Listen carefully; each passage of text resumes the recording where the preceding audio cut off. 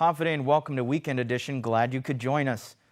Even with the arrival of nurses brought in to ease the load at the Guam Memorial Hospital, exhaustion is taking its toll.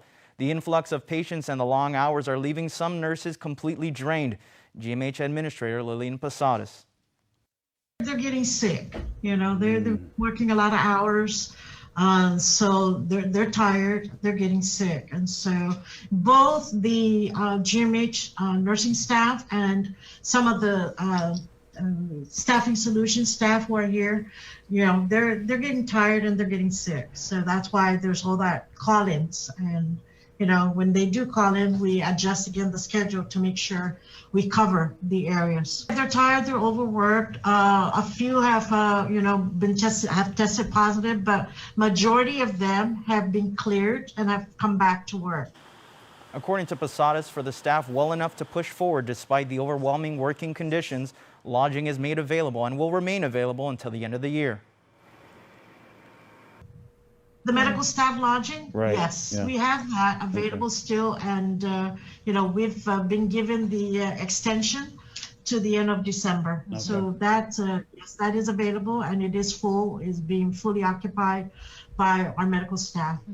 As we recently reported, GMH continues to have nurses flown in to aid in the fight against COVID. As crisis hotline calls go up, so does the workload, says Behavioral Health Director Teresa Arreola. Luckily, they've got some help to divide the workload. It's across the board. It's male, female, all ages. You have calls for anxiety, calls that are somebody just needs to talk and they're fine after that first conversation. We have calls that we realize that are deeper depression, that leads to intake, and they actually become a client of ours. During this pandemic, COVID isn't the only illness spreading. The wave of increased anxiety and depression sweeps the island as Guam Behavioral Health Director Teresa Arreola says the increase in crisis hotline calls is directly correlated with the increase in client counseling and intake. So Guam Behavioral Health has gotten busier because, as I mentioned, those calls can lead into some calls you can handle right there on the first call, and they'll say, thank you very much, I just needed to get off my chest. We always give them the option, would you like to have more services? No, I think I'm okay, I'll call you, if I feel anything. But then there are calls, at least half of the calls, that go into, yes, I need to talk to somebody again, which leads to intake. And what intake means is they become an actual client of ours. We go through the assessment process and they're assigned a counselor or to be seen. As the volume of calls increase in the crisis hotline, the volume of work and counseling increases as well. With the increased workload, Arreola says she's on the lookout for counselors to help spread the caseload. Just get it out there. I'm looking for counselors because we also want to have a manageable, healthy caseload for my staff. We don't want to overburden the staff. Arreola says they've just received some resources that can help reduce the burden on the already taxed staff. Some good news. Guam Behavioral Health received a couple weeks ago, or I would say 3 weeks ago, news that we received $621,000 from FEMA. It is only for 9 months. We call it the Mengaigiham grant because, as you know, in Chamorro means we're here. We're here to help. Arreola says that after Guam hit 130 positive COVID cases, they were qualified to apply for the grant. Now, as Guam breaks the 4,000 mark, the need for mental health services becomes more important each day. This grant from FEMA to shore up the crisis hotline is going to be critical because I'll be able to take those responsibilities because they're wearing dual hats. They're answering crisis hotlines and giving counseling. So they have different schedules. So that will be very helpful so that they can just concentrate. The counselors can be taken offline, literally off the crisis hotline, and concentrate on their caseload and deliver quality service, because that's what's important as well. Reporting on November 13th, the Guam Department of Education is receiving additional food lunch items that will be added to the department's supply for the school meal program. According to GDOE Superintendent John Fernandez, due to a limited amount of food items in stock, GDOE has been focused on providing only breakfast meals every Friday. However, with the extra supply, next month students will receive non-perishable food items equivalent to 5 breakfast and 5 lunch meals. It's going to be the same drill. They'll be able to go to their school nearby. Again, from the hours that I believe it's from 9 to 12. But instead of getting just some of those breakfast food items, they will be getting other food that will constitute the lunch portion of it. Mm-hmm. So we're very glad to be able to make that happen. So we welcome our families coming to our schools for that kind of support. For Fernandez's full interview, visit KUAM's YouTube channel. The Guam Economic Development Authority warns of an email scam that's been circulating. The email falsely claims to be a representative of GIDA and promotes the Guam Small Business Pandemic Assistance Grant Program. It includes an attachment of the program application and request for personal information. GIDA says do not respond to the email and avoid clicking on any links as it may result in a virus. For more information, call GIDA at 647-4332. Now it's time for our weekly Just for Kids segment, where experts answer questions catered just for kids. Today's guest is Guam Police Department's spokesperson, Sergeant Paul Tapao.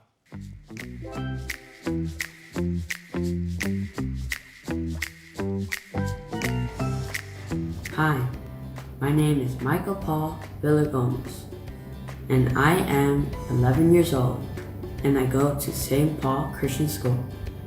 My first question for Officer Paul Tapao is, if I see someone doing something bad, what should I do? If you see somebody doing something wrong, your best advice is to tell either your mom and dad, a trusted adult, a police officer, or a teacher. It's better to just speak up. If you see something, say something. My second question is, what can I do to make my community better? The best way in which you can make your community better is simply being yourself. Learn and grow and decide how to make better choices. Teach yourself how to become a better decision maker.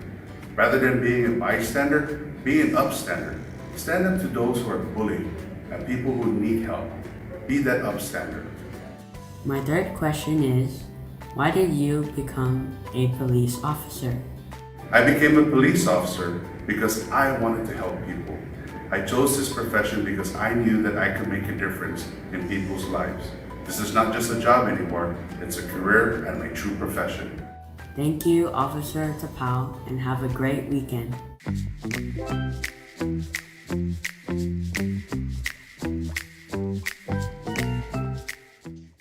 If your children have questions, send them to joan@kuam.com.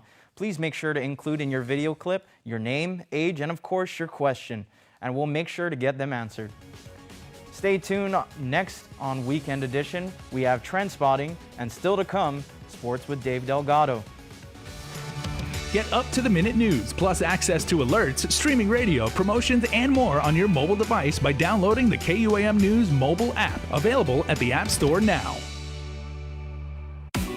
Get going with GTA Prepaid Unlimited. It's easy to load. Simply press *488#, send, select 2 on your screen, and then load. And with fast LTE data, you're able to quickly connect and share to your digital world. Plus, with reliable service, you're able to connect with loved ones whenever, wherever. GTA, we start with you. It makes myself and it makes my team members very proud to work for an organization that has been on island for many years with its focus on reliability, dependability, and commitment to the communities that they operate in. Matson's a great corporate citizen to the community. We all benefit from any sort of environmental commitment we make.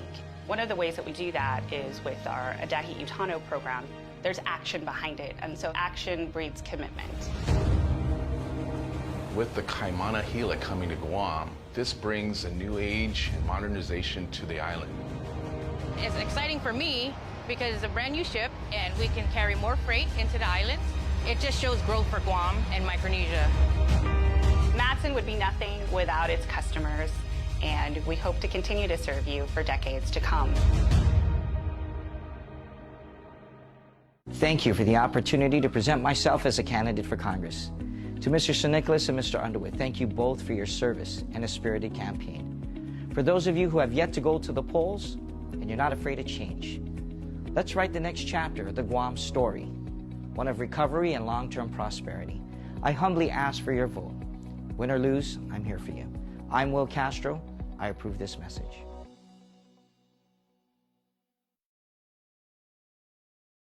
Happy Halloween weekend, everyone. It's been a crazy journey leading up to the end of the month with highest rates of hospitalization for COVID-19, more unfortunate fatalities, and we're also building up to the general election. I'm Tana Matanani, and here's your trend spotting report.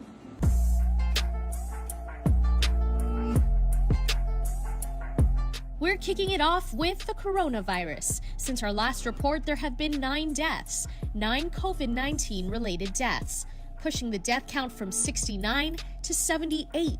This is as of Friday, October 30. As we continue to see our number of new cases rise, we're also seeing our highest rates of hospitalization for the virus. The Guam Memorial Hospital hit its capacity this week when there were 78 COVID-19 patients in its care.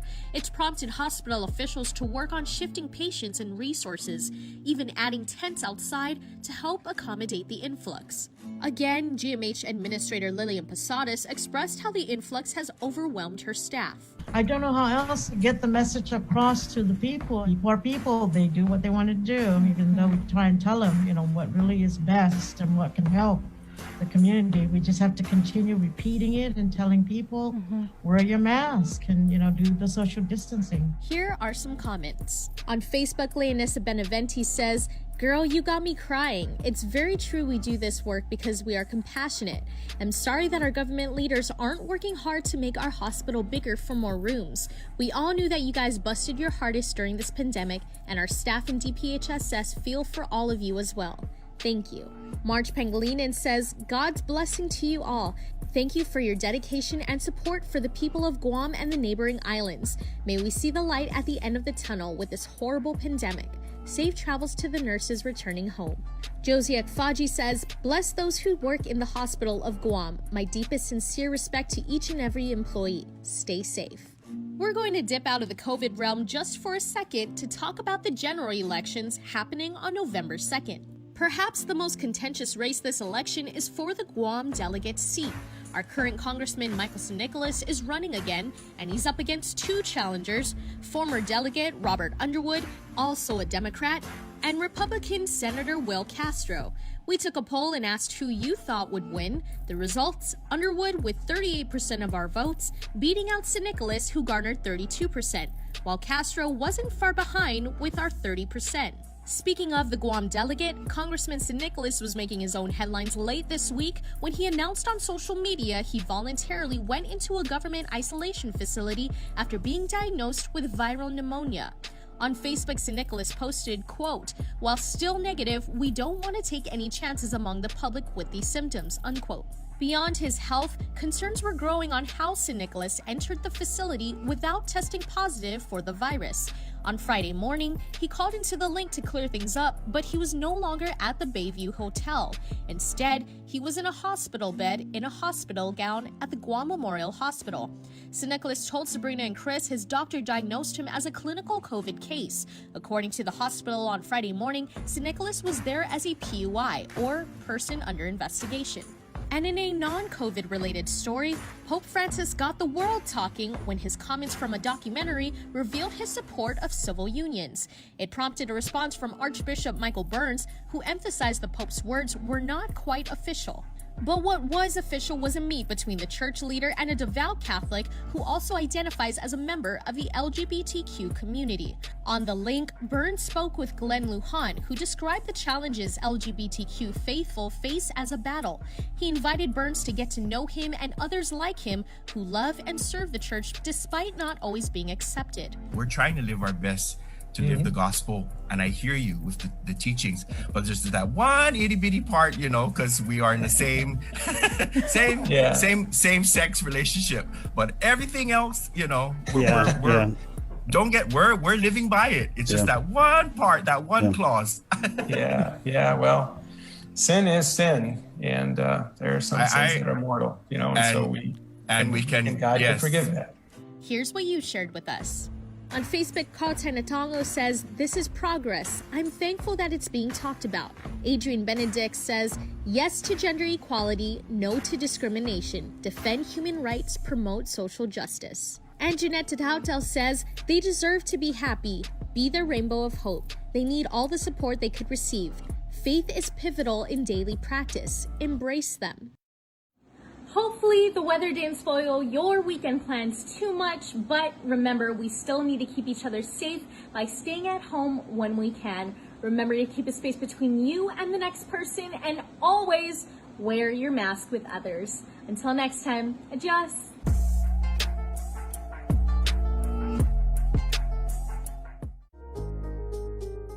Social distancing may be the new norm, but connection will always be our tradition. Through good times and tough times, we remain connected with you. Masks may be the new fashion, but protection will always be our style. You can always count on us to protect the things that matter the most. Sanitizing may be the new routine, but caring will always be our practice. We care about your loved ones and the things you value the most. And as we welcome our new normal, one thing remains certain: we will always be here for you. We're open and ready to serve you. CALVO'S Insurance, a legacy of trust.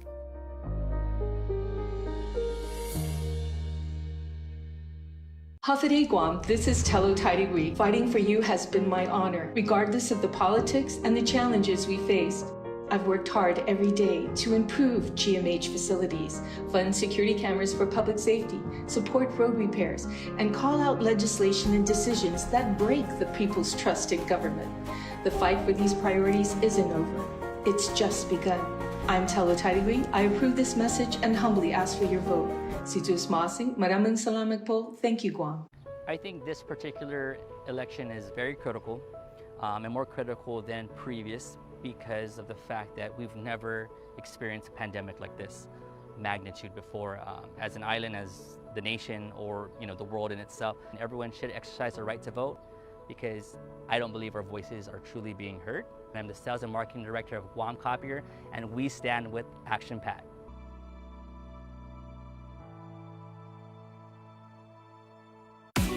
Get going with GTA Prepaid Unlimited. It's easy to load. Simply press star 488#, send, select 2 on your screen, and then load. And with fast LTE data, you're able to quickly connect and share to your digital world. Plus, with reliable service, you're able to connect with loved ones whenever, wherever. GTA, we start with you. What's up, Guam? Dave Delgado here for KUAM Sports. Joining me tonight on the show, my brother Crew Kev at the Guam Muay Thai Gym. Thanks for coming on the show. COVID really hit small business owners hard.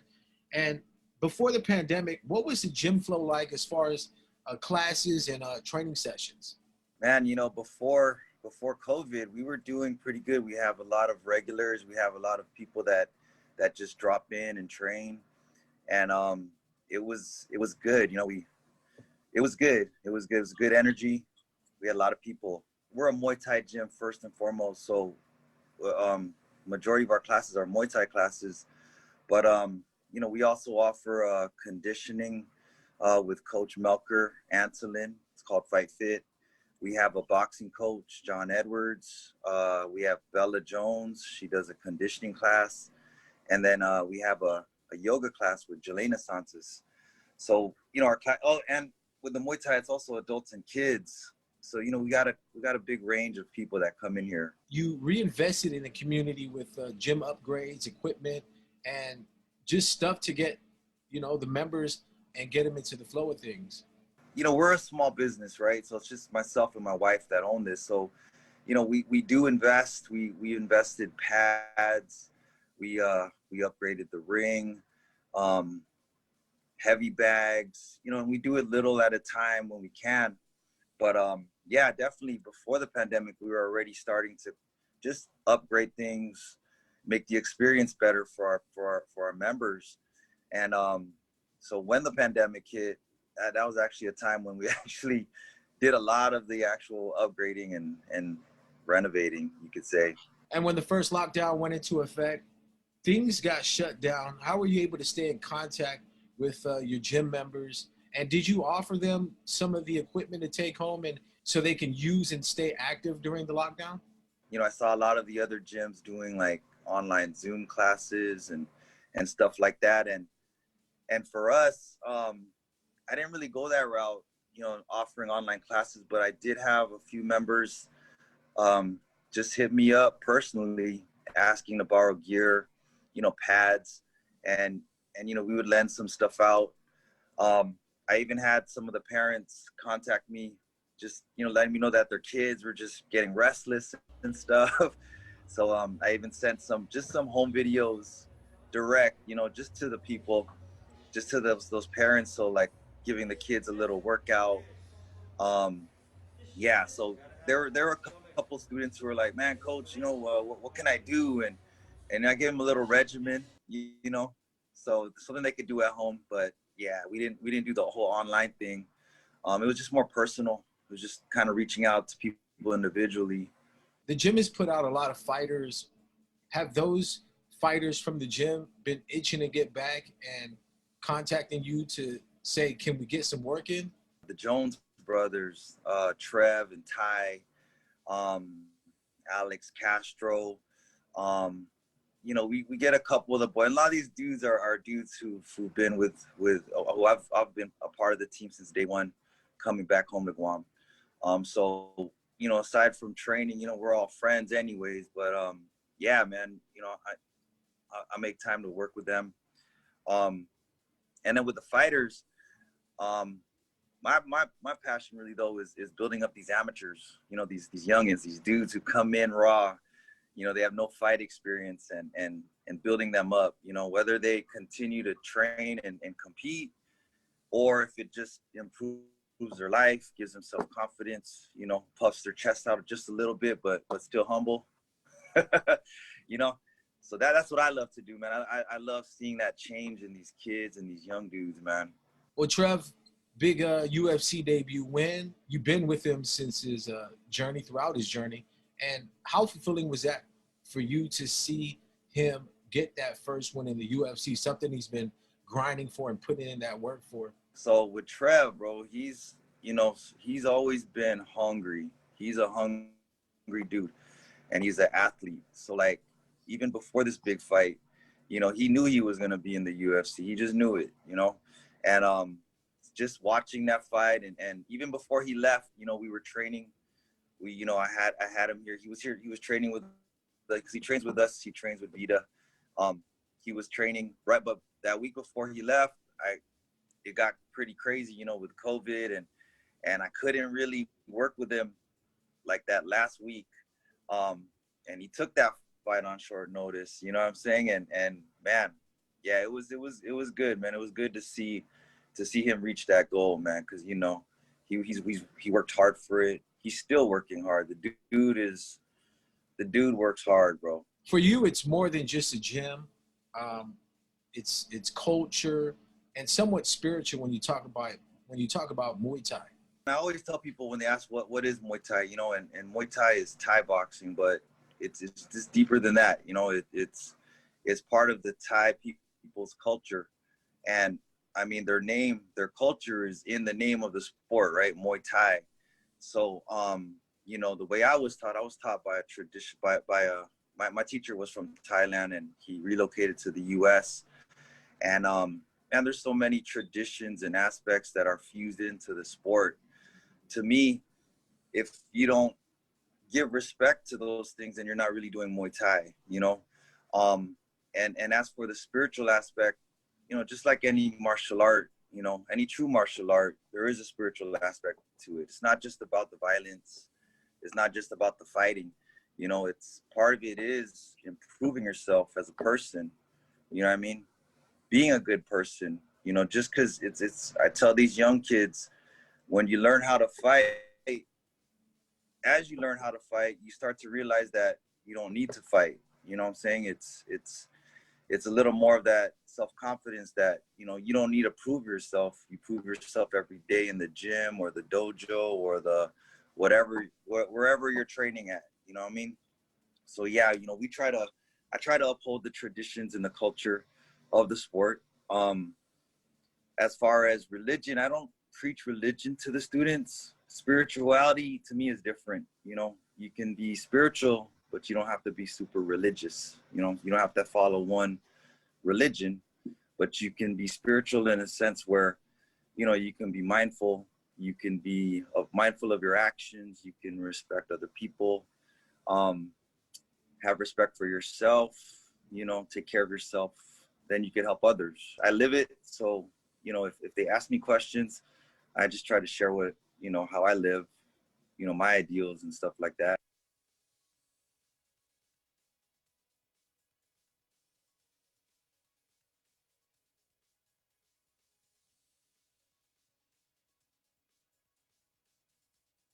"100% truck, 100% Jeep brand. The all-new Jeep Gladiator is the most capable off-road mid-size pickup truck crafted for adventure. Equipped with best-in-class towing capacity, legendary Jeep brand 4x4 capability, and backed by Guam's only lifetime powertrain warranty. Drive home in a brand new Jeep Gladiator today, starting as low as $283 per paycheck during Jeep Adventure Days. Call us at 477-7807 or visit our website at carsplusguam.com to get pre-approved today.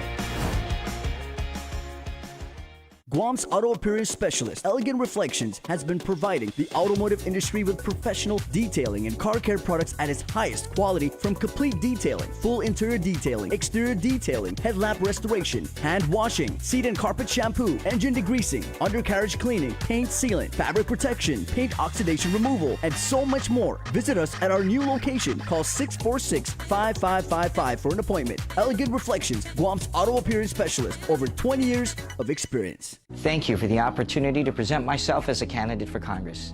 To Mr. St. Nicholas and Mr. Underwood, thank you both for your service and a spirited campaign. For those of you who have yet to go to the polls and you're not afraid of change, let's write the next chapter of the Guam story, one of recovery and long-term prosperity.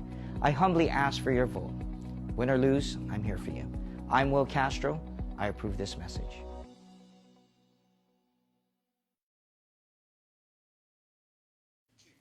And before we close out the news tonight, our latest round of birthday shout-outs from the Cold Stone Creamery Birthday Club.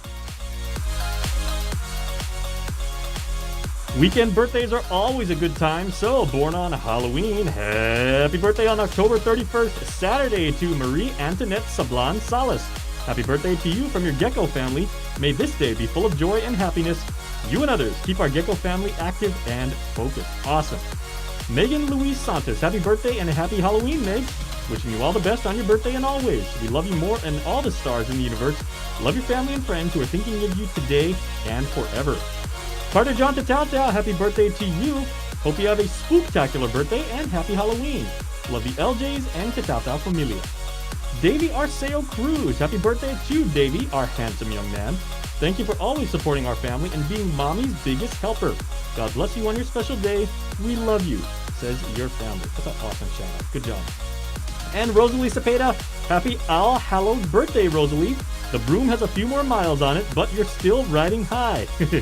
Hope your birthday leaves you smiling like a jack-o'-lantern. Love, your familia. And on Sunday, November 1st, Noah J. Atali Camacho, wishing a happy 9th birthday to Noah. May you have the best birthday ever. All of our love. From Papa, Ma, and Amaya. And Craig Martin celebrates a birthday on Sunday the 1st. Happy birthday, Dada. Love, your Peanut. Remember, you can be a part of the Cold Stone Creamery Birthday Club by registering at KUAM.com. Make sure to include your photo, your name, and your birth date. That's all the time we have from all of us here at Guam's News Network. Thanks for watching and have a safe weekend. We close out tonight with some of the players of our Trick or Treat adventure game getting into the Halloween spirit at home. Enjoy.